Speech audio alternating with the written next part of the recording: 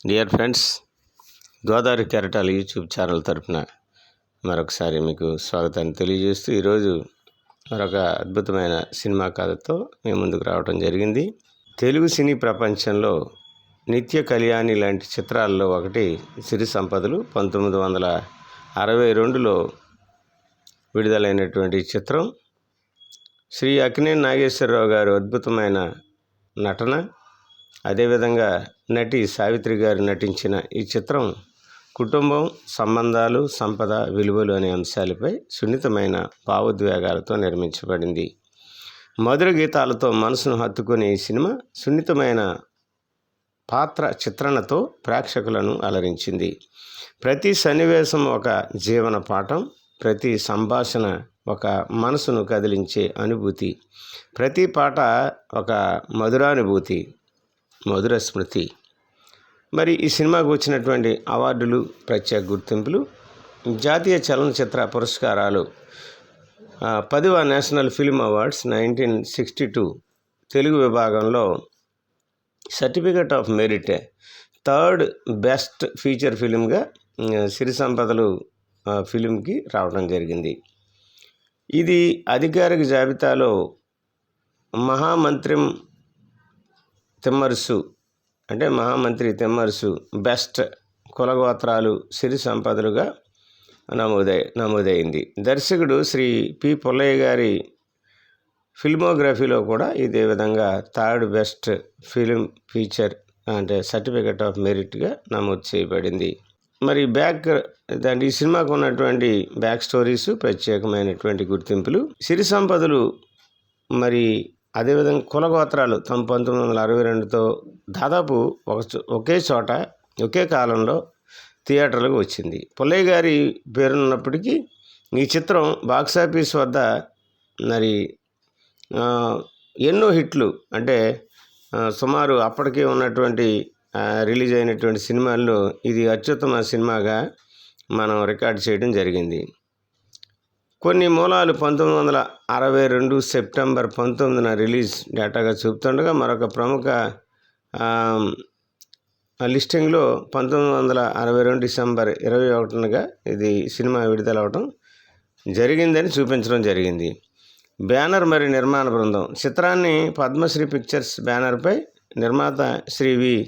వెంకటేశ్వర్లు నిర్మించగా, కథ, సంభాషణలు పినిశెట్టి శ్రీరామూర్తి గారు, డైరెక్షన్ పి. పుల్లయ్య గారు చేయడం జరిగింది. మరి ఈ సినిమాకు సంబంధించిన అరుదైన విశేషాలు మరి ఇప్పుడు చూద్దాం. టాప్ పద్యకర్తలు: ఒకే ఆల్బంలో ఈ చిత్రంలోని పాటలకు శ్రీశ్రీ, ఆచార్య ఆత్రేయ గారు, కోసరాజు గారు, వివిధ కవులు అందరూ కలిసి రాశారు. అలాంటి కలయికలు అరుదుగా చిత్రంలో చూడవచ్చు. సింగర్ నటి శాంతకుమారి గారి గాత్రం. చిట్టిపొట్టి పాపలు పాటను సీనియర్ నటి శాంతకుమారి గారు స్వయంగా పాడారు. అభినయం మరియు గానం రెండూ కలిసి చేసిన అరుదైన ఉదాహరణ. పిఠాపురం నాగేశ్వరరావు గారి కామెడీ డ్యూయట్. హాస్య గాయకుడైన పిఠాపురం నాగేశ్వరరావు గారు వారానికి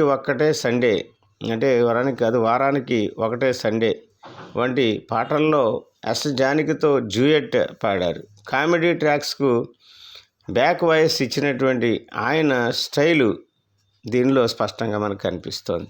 మరి రేలంగి మరియు రమణారెడ్డి గారు ఇద్దరు ఒకే చిత్రంలో, అది కూడా కథలో కీలకమైన ట్రాక్తో కలుసుకోవడం ఫ్యాన్స్కి ట్రీట్.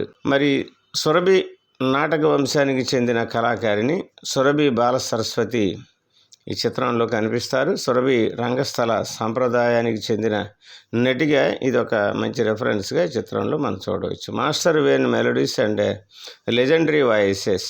ఆల్బమ్స్లో ఘంటసాల, శ్రీ పి. సుశీల, మరి ఎస్. జానకి గారు, జిక్కి, పిబి శ్రీనివాస్ వంటి దిగ్గజాలు మరి గాత్రాలు కూడా చిత్రంలో మనం వింటాం. నటులు: ప్రధాన తారాగణం శ్రీ అక్కినేని నాగేశ్వరరావు గారు ప్రసాద్గా చిత్రంలో నటించడం జరిగింది. సావిత్రి గారు పద్మగా మనకి చిత్రంలో కనిపిస్తారు.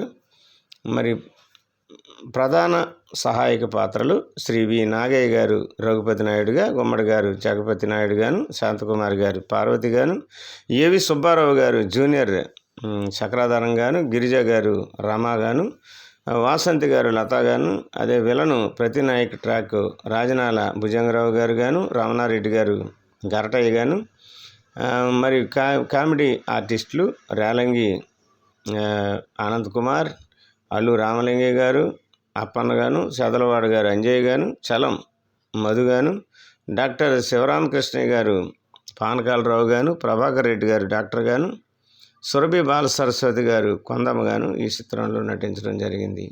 సంగీతం మరియు ముఖ్యాంశాలు.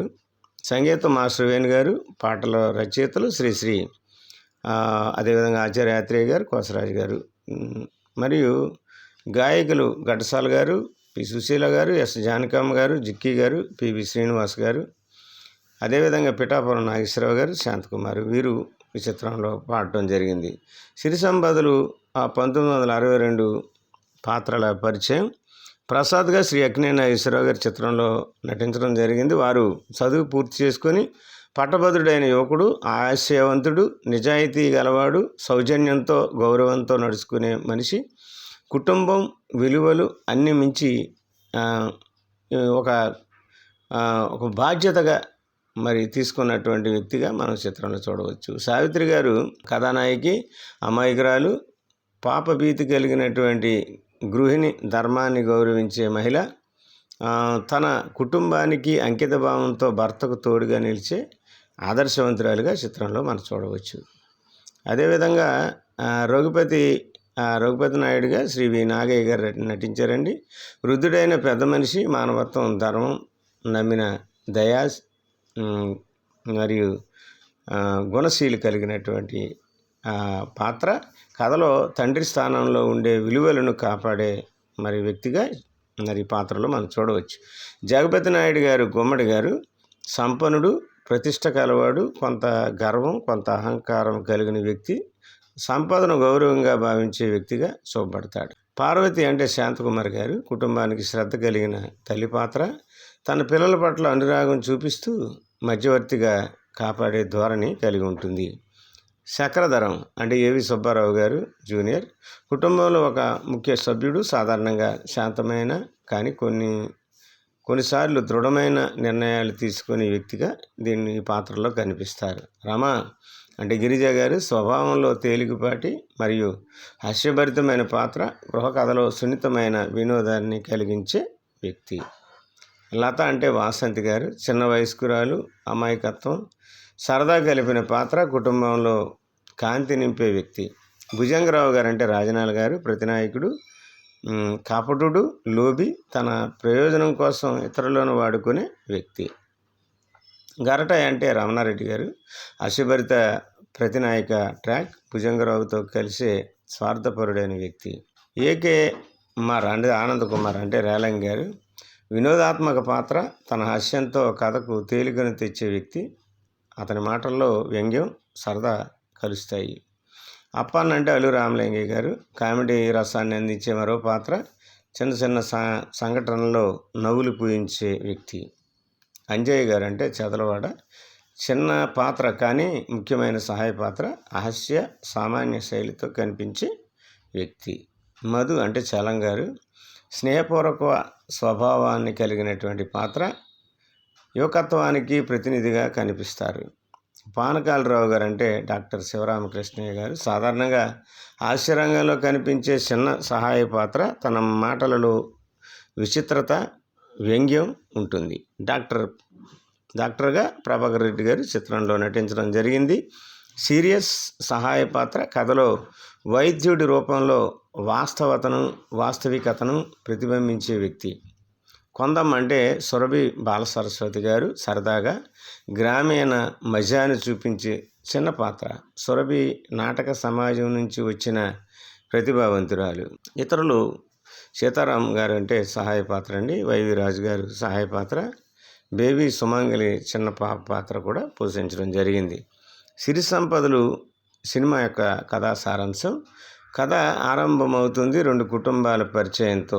రఘుపతి నాయుడు అంటే వి నాగయ్య గారు మరియు జగపతి నాయుడు గుమ్మడి గారు వీరిద్దరూ ఒకే గ్రామంలో పేరు ప్రఖ్యాతులు గలవారు. రఘుపతి నాయుడు ధార్మికుడు, దయాగుణశీలి మరియు జగపతి నాయుడు సంపన్నుడు, కొంత గర్విష్టి.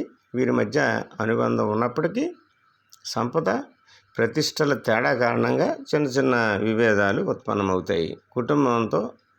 కుటుంబాల్లో పరిచయం. రఘుపతి నాయుడు కొడుకు ప్రసాద్ అంటే అక్కినేని నాగేశ్వరరావు గారు విద్యావంతుడు, ఆదర్శవంతుడు. అతను నిజాయితీ, నిబద్ధత కలిగిన యువకుడు.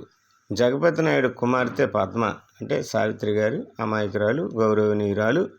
ఇద్దరి మధ్య స్నేహం పెరిగి క్రమంగా ప్రేమగా మారుతుంది. కుటుంబాల ఆశీస్సులతో వివాహం జరుగుతుంది. వివాహం తరువాత జీవితం ఏంటంటే, వివాహం తరువాత ప్రసాద్ పద్మ దంపతులు సంతోషంగా జీవిస్తారు. కానీ భుజంగరావు అంటే రాజనాల అనే కపటుడు గరటయ్య అంటే రమణారెడ్డి గారి సహాయంతో కుటుంబాల మధ్య విభేదాలు రేపే ప్రయత్నం చేస్తారు. వారికి తోడుగా హాస్యపాత్రలో రేలంగి అల్లు రామలింగ గారు ఉంటారు. వీరి సన్నివేశాలు వినోదం కలిగిస్తూనే కుటుంబ గాథలో చిన్న చిన్న సమస్యలను బయటపెడుతూ ఉంటాయి. సమస్యలు ముదురుతాయి. జగపతి నాయుడు తన సంపదను ఎక్కువగా కాపాడుకోవాలనుకుంటాడు.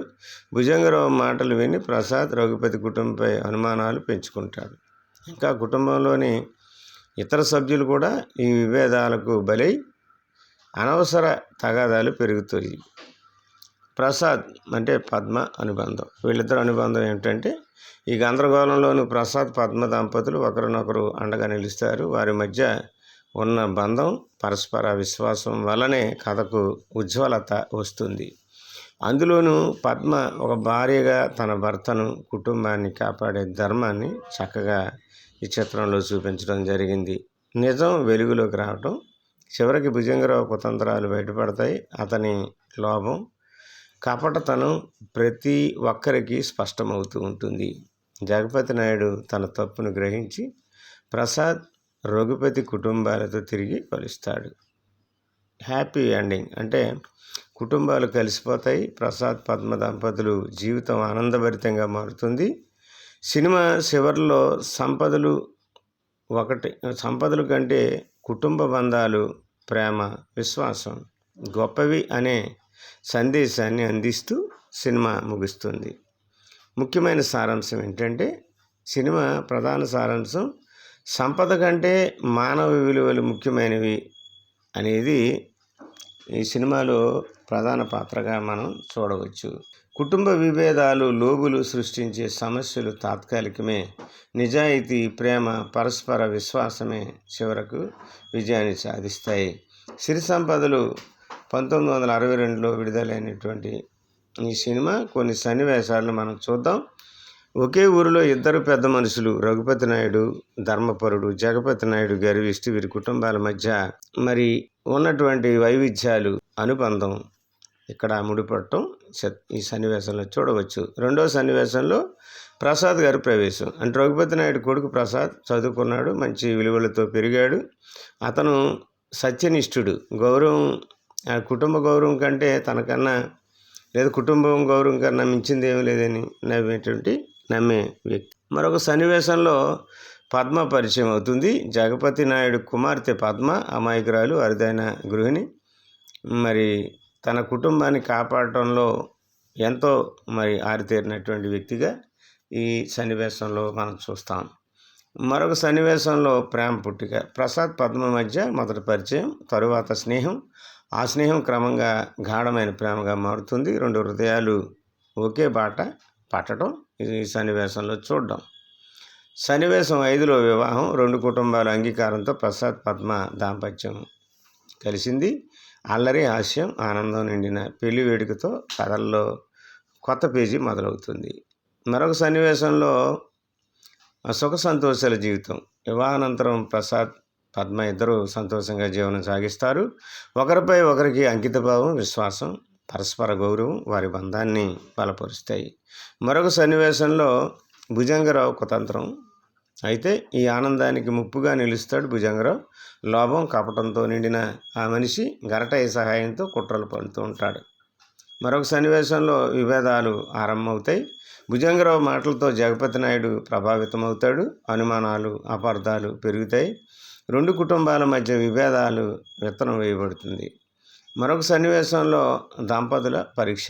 కుటుంబాలలో ఉద్రిక్తత పెరుగుతున్న ప్రసాద్ పద్మ బంధం మాత్రం నిలకడగా ఉంటుంది. భార్యాభర్తలు పరస్పర విశ్వాసమే వారికి ధైర్యాన్ని నింపుతుంది. హాస్యరంగం. ఇదిలా ఉండగా ఏకేమార్ అంటే గరటయ్య, అప్పన్న, రమ వంటి పాత్రలు తమ హాస్యంతో కథలోకి వెలుగు నింపుతాయి. టెన్షన్లోనూ చిరునవ్వులు పూయిస్తాయి. మరొక సన్నివేశంలో నిజం బయలుదేరటం, చివరికి భుజంగరావు కుతంత్రాలు బయటపడతాయి. జగపతి నాయుడు తన తప్పును గ్రహించి సిగ్గుపడతాడు. కుటుంబం మళ్ళీ కలిసిపోవటం చూడవచ్చు. ముగింపు సన్నివేశంలో ప్రసాద్ పద్మ దంపతులు జీవితం మళ్ళీ ఆనందమయం అవుతుంది. ఈ కథ మనకి చెబుతున్నది ఒకటే, సిరి సంపదలు కాదు, కుటుంబ బంధాలు, ప్రేమ, విశ్వాసమే జీవితానికి నిజమైన ధనం అనేది ఈ చిత్రం యొక్క ముగింపు సందేశంగా మనం చూడవచ్చు.